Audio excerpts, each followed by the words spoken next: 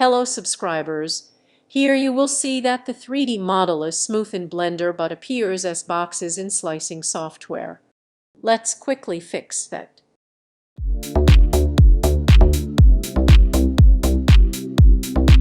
Open the Blender software, select the dress, and choose Shade Flat as shown. Next, add a subdivision surface modifier to increase the resolution of the 3D model. Then increase the viewport level value as demonstrated. However, you will notice that the bottom is not flat, but we can fix it.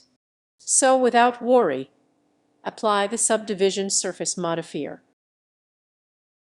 We can cut a layer from the bottom surface to make it flat using a cube mesh. Resize the cube.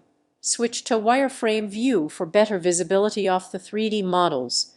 Then move and position it at the bottom of the dress where it needs to be cut. Select the dress, add a Boolean modifier, then choose the cube as the target object and click Apply. Delete the cube and switch to Solid Viewport view. Export the 3D model. Open the Ultimaker Cura software and reload the miniature. You will now see that the 3D model remains smooth even after 3D printing. If you have any issues while sculpting, let me know in comments. I will help you with our solution and make a video so others can benefit too.